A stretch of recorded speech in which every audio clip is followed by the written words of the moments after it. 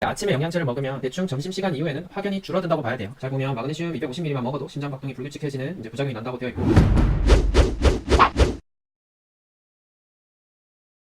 자, 이 영상을 보시는 분들은 대부분 영양제를 드시고 계시겠죠? 대부분 하루에 한 알 먹는 게 대부분일 테고, 가끔 이제 종류에 따라서 뭐 두 알 먹는 경우도 있을 텐데요. 요즘은 약간 성분을 과하게 넣는 게 이제 트렌드가 되어서인지 대부분 용량이 약간 넘치도록 구성이 되어 있더라고요. 다른 약사님들 유튜브를 봐도 많으면 좋다라는 식으로 영상을 많이 찍으시더라고요. 그래서 그런지 제가 생각했을 때 적정 용량의 영양제를 찾기가 점점 더 어려워지더라고요. 물론 성분이 많으면 그 효과도 많이 보고 좋겠지만 당연히 그만큼 부작용도 늘기 때문에 항상 조심해야 합니다. 또 큰맘 먹고 영양제를 샀는데, 아니면 선물을 했는데 설사를 한다, 아니면 머리가 아프다, 배가 아프거나 어지럽다 등의 부작용이 시작이 된다면 돈도 아까울 수 있고 많이 속상할 수도 있잖아요. 그래서 오늘은 부작용은 반으로 줄이고 효과는 2배로 늘릴 수 있는 꿀템을 소개해 드리고, 실제로 제가 사용하는 방법도 소개를 해 드릴게요. 제가 항상 사용하는 꿀템은 바로 이 녀석입니다.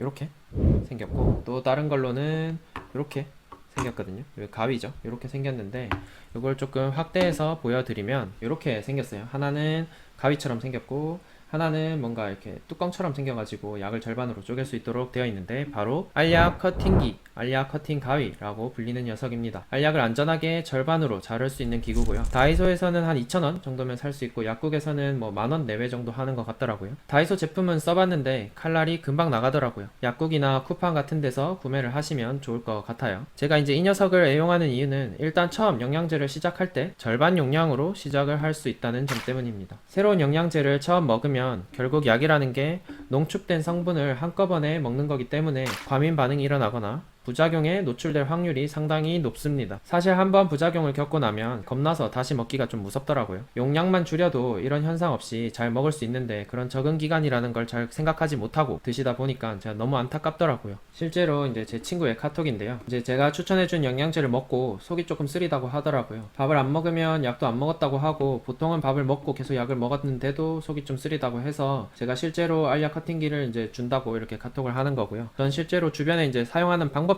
여러분들한테 소개를 해드리고 있습니다. 이번에는 제 영상의 실제 댓글입니다. 잘 보면 마그네슘 250mg만 먹어도 심장 박동이 불규칙해지는 이제 부작용이 난다고 되어 있고, 사람마다 이제 개인차가 심하다 뭐 이런 댓글을 저한테 남겨주셔서 저도 똑같이 이제 편차가 심하기 때문에 개개인이 잘 조절하는 게 좋다고 답변을 한 거고, 100mg으로 2주일 정도 먹어보고 괜찮다 싶으면 증량을 하는 것을 추천을 드렸고요. 실제로 한 알에 200mg인 경우에는 절반을 쪼개기가 어렵기 때문에 제가 이런 가위들을 추천을 드리는 거고, 이분도 이제 계속 먹어보니까 하루에 100mg이 적당한 것 같다, 이렇게 저한테 이제 다시 피드백을 주셨고, 아래 이제 이분은 1회 제공량이 이제 2캡슐에 200ml다, 그러니까 뭐 한 알에 100ml 이렇게 먹으셔도 되고, 100ml 먹어도 부작용이 있다고 하면 절반 쪼개서 절반 50mg만 먹어보는 것도 방법일 수 있고, 이 정도 먹었을 때도 부작용이 있다고 하면 사실 그냥 안 드시는 게 오히려 더 속은 좀 편할 수 있겠죠. 그래서 처음 먹는 영양제는 꼭 이걸로 잘라서 일주일 정도 드시면 그동안 몸이 이제 이런 성분에 대해서 적응을 하기 때문에 증량을 하더라도 한 번에 한 알 그냥 먹는 것보다 훨씬 잘 받아들이게 됩니다. 또 부작용이 생기더라도 절반 용량으로 시작했을 때는 아주 작게 생기기 때문에 큰 탈 없이 중지를 할 수도 있습니다.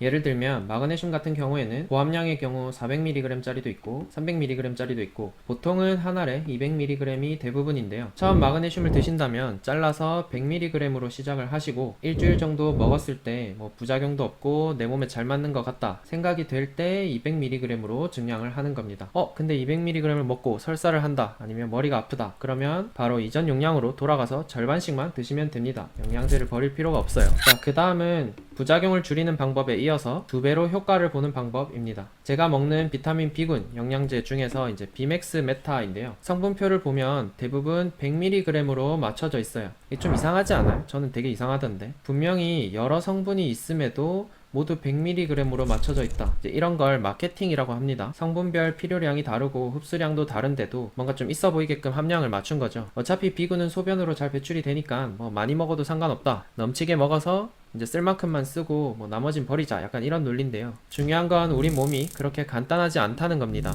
비맥스의 메타 성분들을 조금 공부를 해볼게. 아주 쉽게. 먼저 비타민 B1 벤포티아민의 반감기입니다. 반감기라고 하는 것은 이제 여러분들이 어떤 성분을 먹었을 때 우리 몸에서 이제 절반이 빠져나가는데 걸리는 시간을 말하는 거예요. 한번 먹어서 흡수된 벤포티아민의 반감기는 대충 한 3.4시간, 그러니까 한 3, 4시간 이내에 절반으로 줄어든다고 봐야 돼요. 그래서 여러분들이 아침에 영양제를 먹으면 대충 점심시간 이후에는 확연히 줄어든다고 봐야 돼요. 식곤증 생기면서 효과도 같이 날아간다고 보는 게 맞습니다.